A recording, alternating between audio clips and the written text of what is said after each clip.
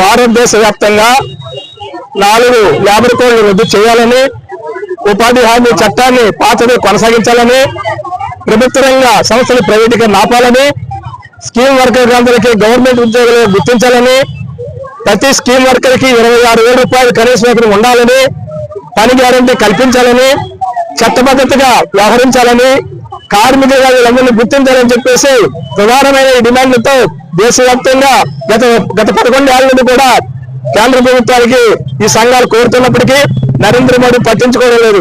అందుకని ఇంతవరకు లేబర్ కోడ్ల వరకు ఇది కాదు అన్నారు తప్ప చేయలేకపోయారు. ఎందుకంటే కార్మిక వర్గం పోరాటం వెనకాగింది. ఇప్పుడు బడి తగ్గించి నరేంద్ర మోడీ పార్లమెంట్ లో చట్టం చేసేశాడు.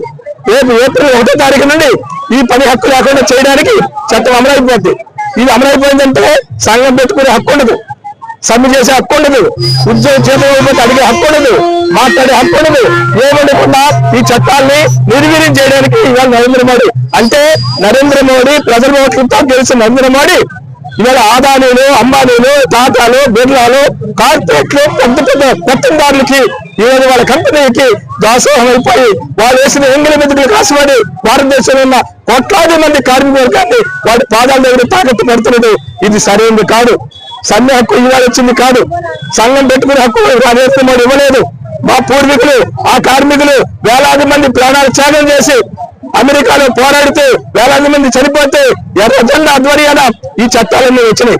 మరి ఆ చట్టాలను ఇచ్చింది కాదు కదా, మరి ఆ చట్టాన్ని తీసేసేది నీకు ఎవరిచ్చాడు అని చెప్పేసి ఈరోజు కార్మికులను ప్రశ్నిస్తానండి.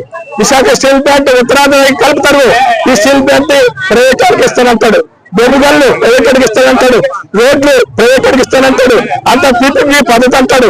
మొత్తం రకంగా చూస్తే భారతదేశంలో సంస్థలను కూడా గవర్నమెంట్ పేరు మీద ఒకటే ఉండకుండా కార్పొరేట్లకి పెట్టుకోవడానికి అమ్మజంపు చేస్తున్నాడు. కాబట్టి దీనివల్ల ప్రభుత్వ ఉద్యోగాలు ఇంకెవరికొండు. ప్రభుత్వ ఉద్యోగ పరంగా ఏ చట్టాలు అమలు కావు. మరి ఒకప్పుడు బ్రిటిష్ వాళ్ళు ఏ రకమైన పరిపాలన చేశారో అటువంటి పరిపాలన చేయడానికి నరేంద్ర మోడీ చెప్తా ఉన్నాడు. అందుకని దీన్ని భారతదేశం కార్మిక వర్గం అంగీకరించదు. ఇప్పటికే 11 జాతీయ కార్మిక సంఘాలు ఈ సమ్మెలో ఉన్నాయి. రానున్న కాలంలో ఇవాళ మాకు వచ్చిన సమాచారం 30 కోట్ల మంది ఈరోజు భారతదేశ వ్యాప్తంగా ఈ సమ్మెలో పాల్గొన్నారు. గత సంవత్సరం 25 కోట్ల మంది పాల్గొన్నారు. సంవత్సరానికి కార్మికుల సంఖ్య పెరుగుతుంది, అసంతృప్తి పెరుగుతుంది. ఈ అసంతృప్తి వల్ల నరేంద్ర మోడీ ప్రభుత్వం మరి బంగాళాఖాతంలో కలిసిపోద్ది కబర్దారని చెప్పేసి కార్మికుల తరఫున జాతీయ కార్మిక సంఘం తరఫున సిఐటి తరఫున హెచ్చరిస్తున్నాం.